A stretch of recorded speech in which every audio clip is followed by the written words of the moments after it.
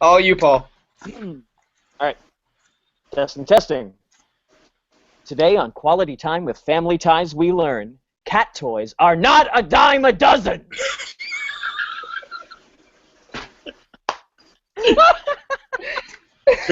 It's perfect. One take, Paul. That was One my take. best lead take. One take. That was great. That was great. All right. These kids, you work your life out. Attention must be paid. Attention must be paid. Editing department, God, we're going to Corey, not you talk should about play- the episode. The next door neighbor, you would be amazing. As the one that comes over to play cards with him every night, holy fuck, you would be so good. You would be good at that. Oh, God. Corey, talk to your I agent. love that play. It's a great I love play. that play. So here we are. Welcome to Quality Time. Okay. Hey, everyone. Welcome to Quality Time with Family Ties. I am one of your hosts, Scott Jones. Joining us, as always, from the depths of our research department, Mr. Paul Packler. Paul, how are you? I'm great. I'm fantastic. Excellent. And How are you, Scott? you know what? No one's asked me that. No one has ever asked you that question. No one has asked me that. We're on episode 9, and no one has given a shit about how I Stop for a feel. second. How are you, Scott? How are you today? You know what?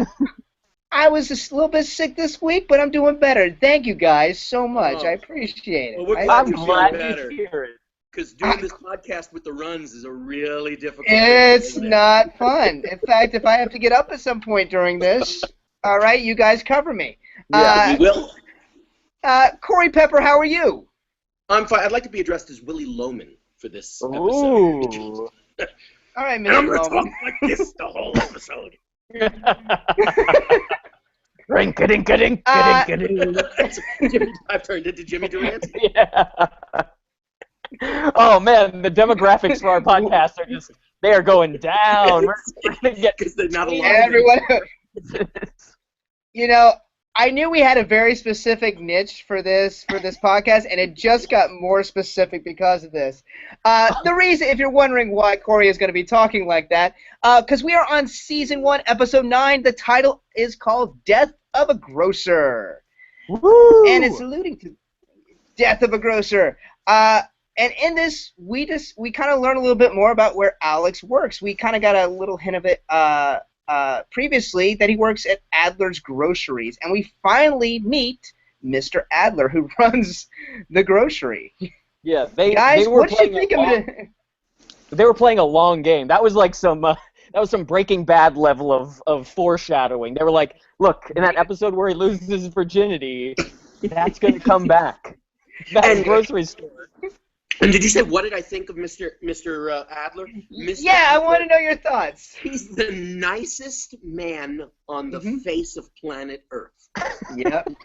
So He's the much most so. decent human being ever.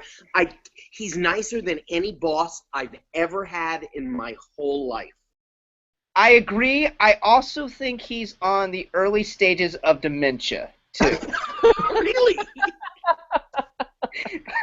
Just a little bit. I just see the signs. He's not fully engaged with what's being said. He's kind of drifting off into space a little bit. He blames Sputnik for his sucky business. Yeah.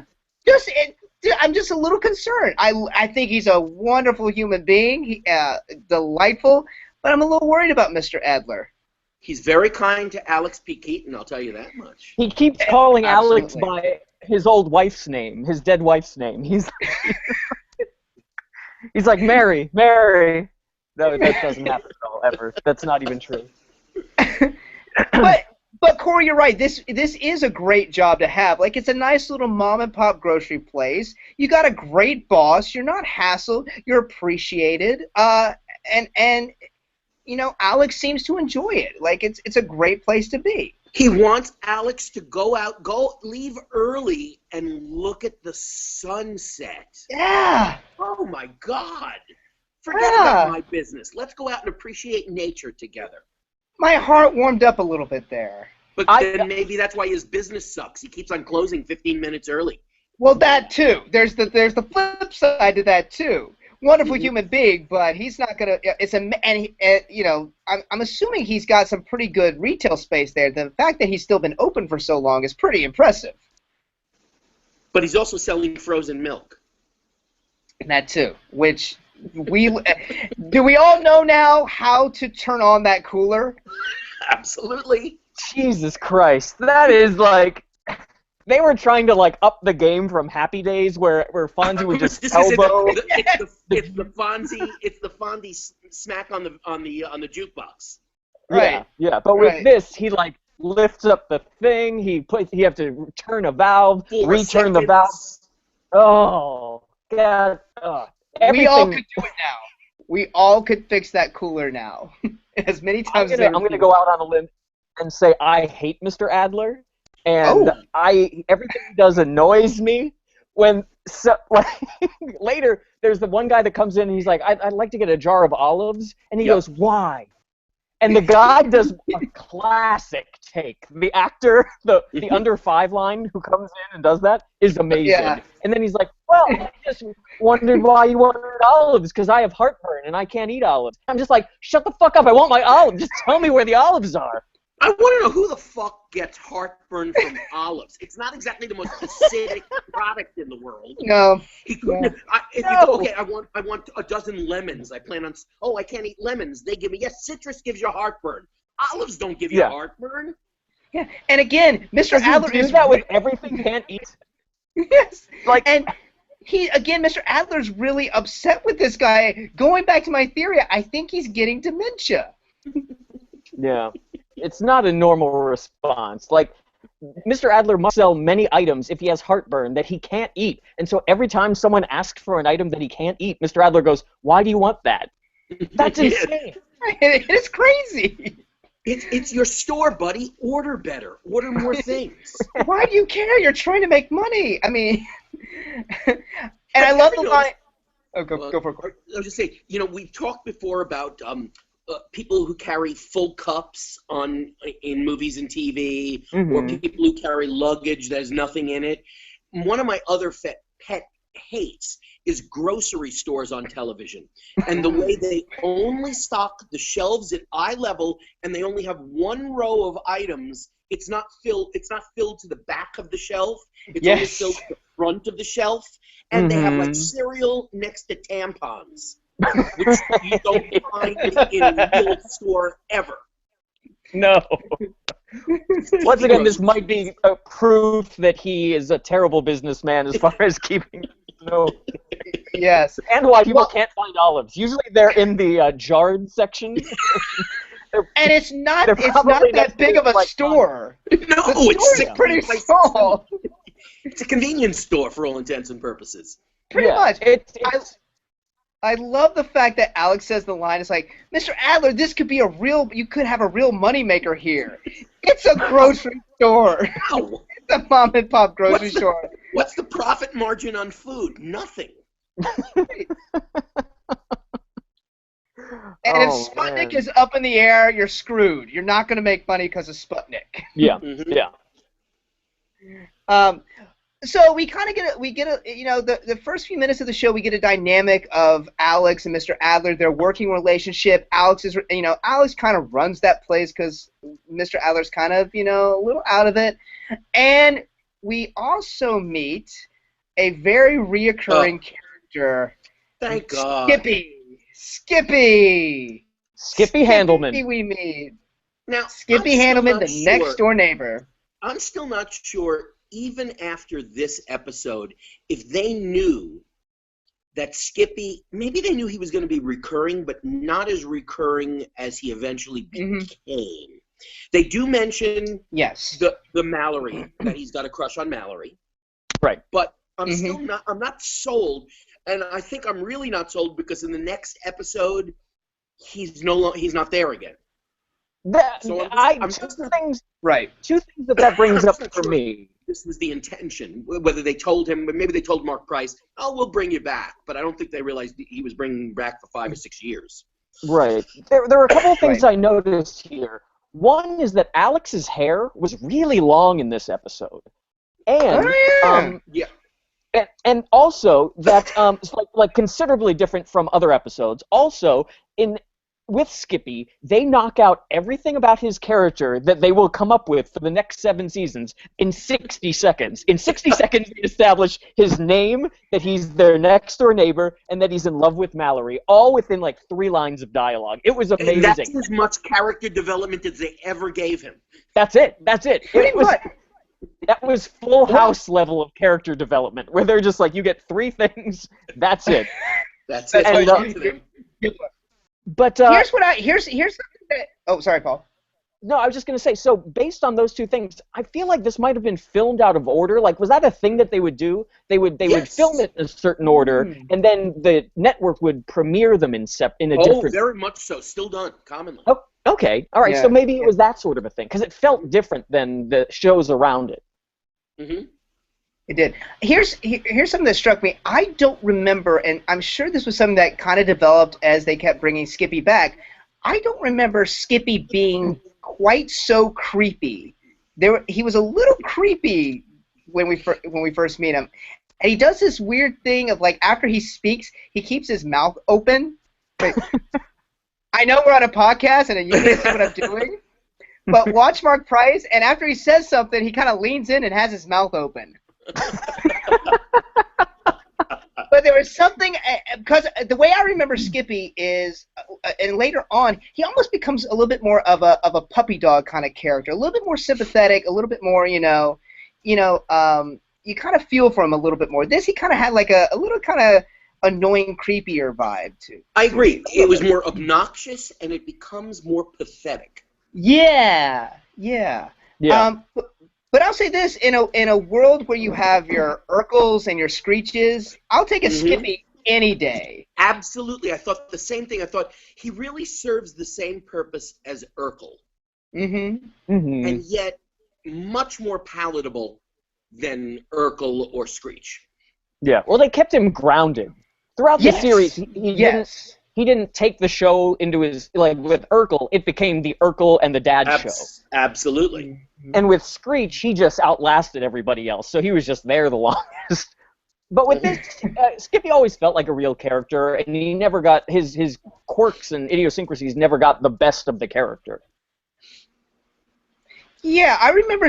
I felt like you knew kids like Skippy, that really quite were a little bit immature for their age. They hadn't developed as much mentally along the way. They still kind of were clingy to their parents. Still kind of a little bit of a mama's boy and stuff, and just really hadn't grown up a lot. Yeah. Is Skippy wearing a different pair of glasses than we're used to seeing him in later in this episode? Oh, I don't know. He was wearing sort of round, frameless glasses. Like John Lennon type glasses? Yeah, sort of, kind of. 82. Yeah, I don't know. Maybe he goes. I feel like that was his thing, the round ones. Mm-hmm. Yeah. I'm just wondering if I'm used to really seeing him in something else. We'll wait until we see another Skippy episode. Yeah. But let me say this, as we're moving on to, so we established this, that Skippy wants Alex to interview at the new Shops a Lot, which is the big supermarket in town, so that way he'll get promoted, and Alex will be happy working his way up the corporate ladder, and Skippy can get his job at Adler's. Right. Mm-hmm. And so that's the plot of this episode, the A-plot type thing. But this episode, either they started doing tons of cocaine, or they got Mitch Hurwitz to write this episode, because, oh my God, you guys, there are so many plot lines in this episode. It's like a real sitcom. It feels all gelled together a lot better. Yes, yeah. I agree.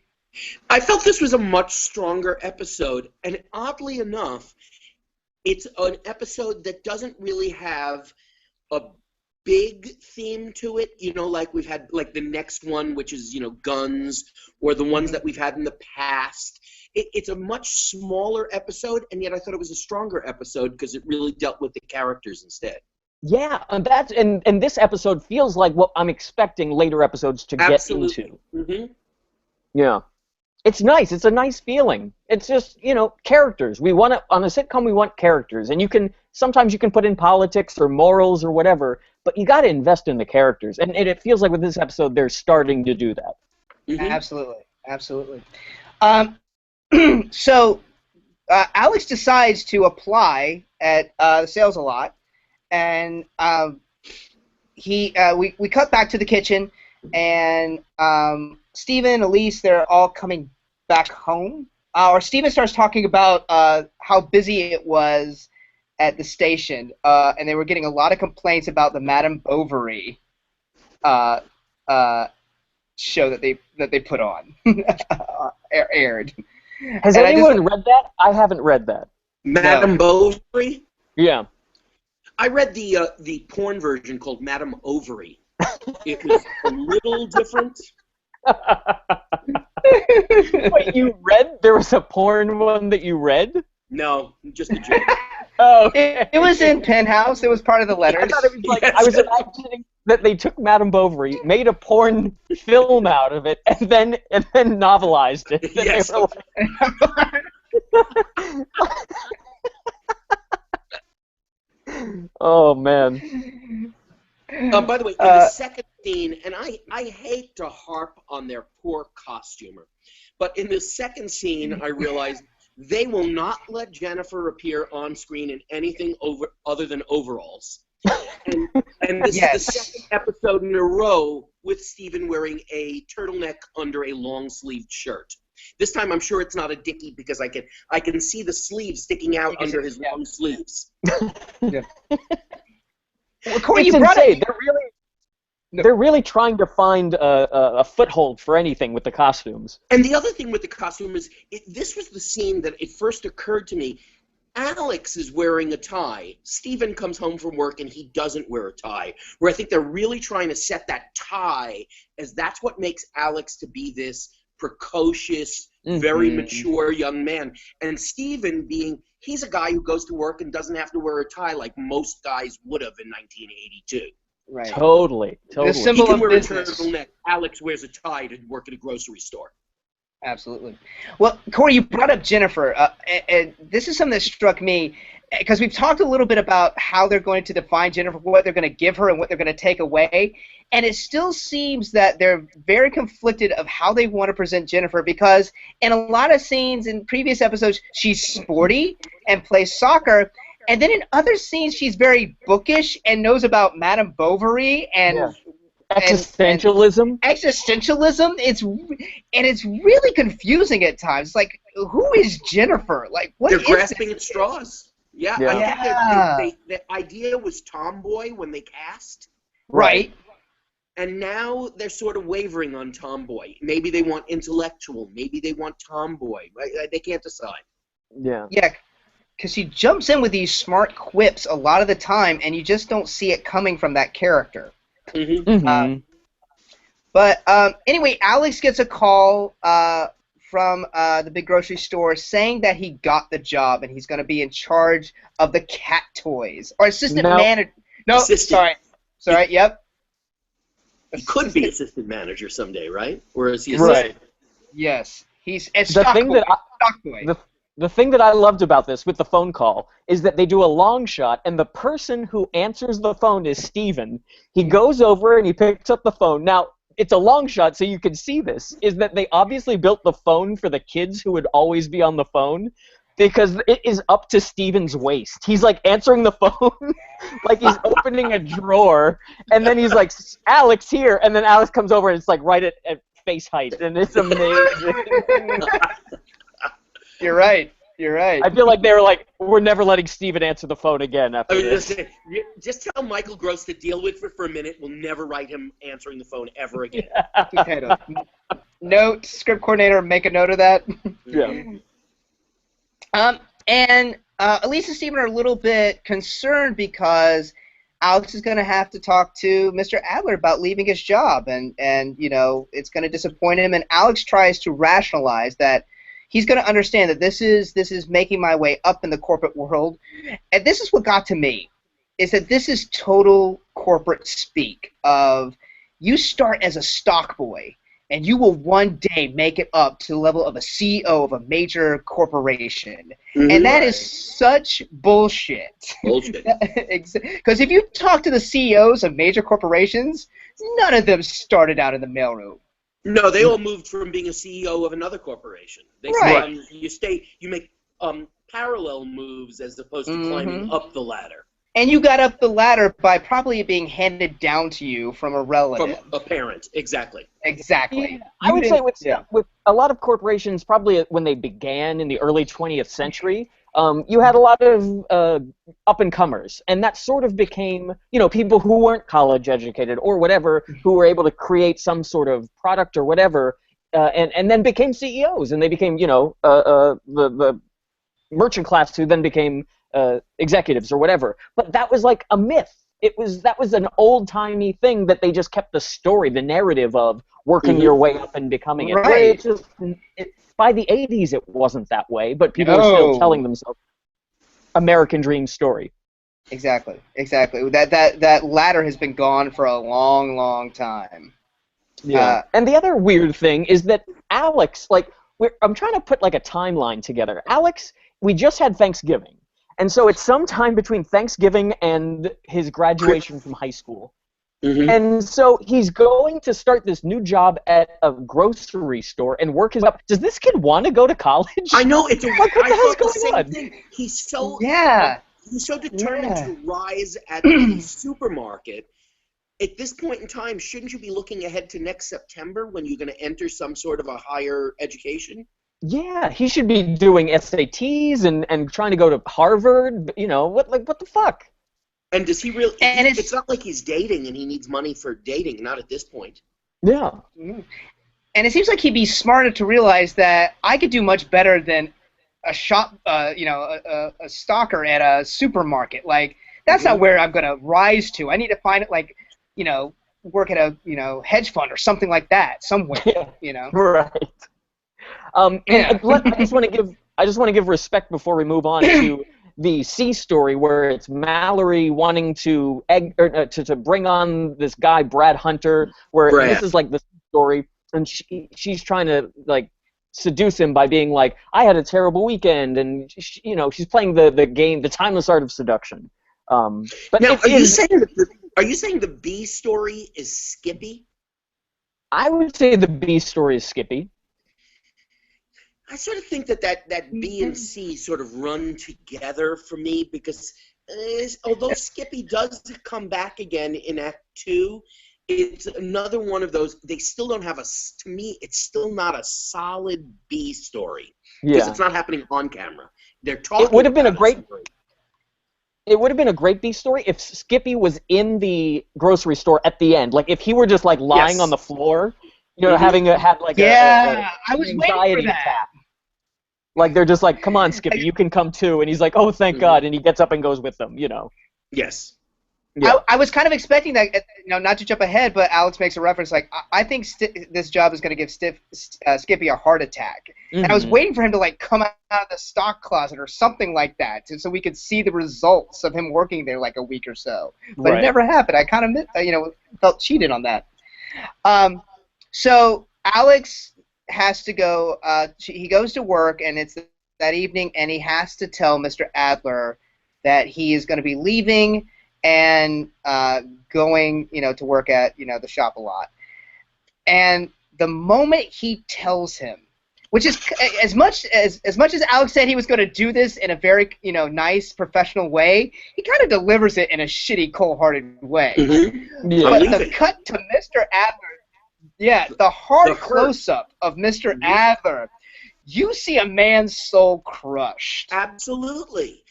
And I'm not sure if it's crushed because Alex is leaving or if it's because Alex is leaving without giving any notice. He gives 1 week. That's insane. He's I'm starting on Monday. It's like it's starting in 2 days. He's leaving. This is it. Goodbye. Your problem, Mr. Adler, the nicest man on the face of the planet. Yeah. I'm leaving you with Skippy. God bless. The other thing is that, Alex just lost his virginity like 5 episodes ago. And in that episode, he talks about how it's his first day at Adler's. So how did Alex be able to become so indispensable at this place? In 5 weeks. In 5 weeks. Well, it is Mr. Adler we're dealing with. I'm sure anybody that can figure out that cooler would be indispensable. That's the other thing. Every time we stop into Adler's, there's always a problem with the icebox where Alex has to fix it. Now, I don't know what the timeline of the show exactly is, how Aristotelian in its timeline it is, but it's like that thing is breaking down every scene that we see it. I was thinking, hey, Mr. Adler, get a new refrigerated unit. Get a repairman. It's not like once a week. It's like a once every hazard. hour. Yeah. Of course, you probably can't afford to repair it if your customers are just buying a jar of olives. And you're angry with them about it. Yes. Oh. All right, so let's take a quick break, and then we'll come back? Sure. Okay, so we'll be right back. Yep, let's take a break. And we're back. So, where did we leave off, Scott? So it's like coming back from his first day at Shops a Lot? Well, yeah, Shops a Lot. He just gave his notice at Adler's, and Act 2 starts. Yeah. In the kitchen once again. Okay. In the kitchen, and he's getting ready to. He has to study for an exam and also go to a night meeting at Shop a Lot. And Mallory at this scene, this is the real Brad, how Mallory's playing games with Brad, that she wants to, he asked her out and she's rejecting him because she has another date, even though she doesn't have another date, but thank God Skippy is there to overhear this, to ask her out. Right. Even though she's going to reject Skippy because she really doesn't want another date, she just wants to say she has another date. Right. And this will encourage Brad to ask her out yet again. Is this the scene where Mallory is wearing like a matching outfit with Alex, where they both have sweaters with ties and shirts? Yes. I noticed the tie too. Yeah. She's 16 years old, but she looks very cute here. Mm-hmm. She just looks cute. That's all I'm gonna say. She does. She looks very cute in that scene. Well, here's what I loved about this scene is because they had to set up to show the audience the difference between working at the Shop a Lot and working at Adler's. And so to get to the night meeting, Alex has like his manager pick him up from work. And his manager, instead of calling him Alex, refers to him by his shop boy number 28. I thought, what is this, Les Mis? He's being like he's a prisoner? Prisoner 90441. Look down, your stocking of cat toys. Oh, man. Amazing. Prisoner 28, senior stock boy or junior stock boy. Right, the senior stock boy came over to pick up the junior stock boy to bring him to work. Oh. They have quite the system in place at Shops a Lot. They are running a tight ship. Oh, one other thing that I wanted to say about Adler, and then maybe, Scott, this will tie into that he has dementia. When Alex is telling him that he's leaving to work at Shops a Lot to work in the cat toy department, Adler goes, "Why do cats need toys? They don't have anything to worry about." What does that even mean? Children have toys. Children don't have anything to worry about. Oh no, did I lose you both? Oh, fuck.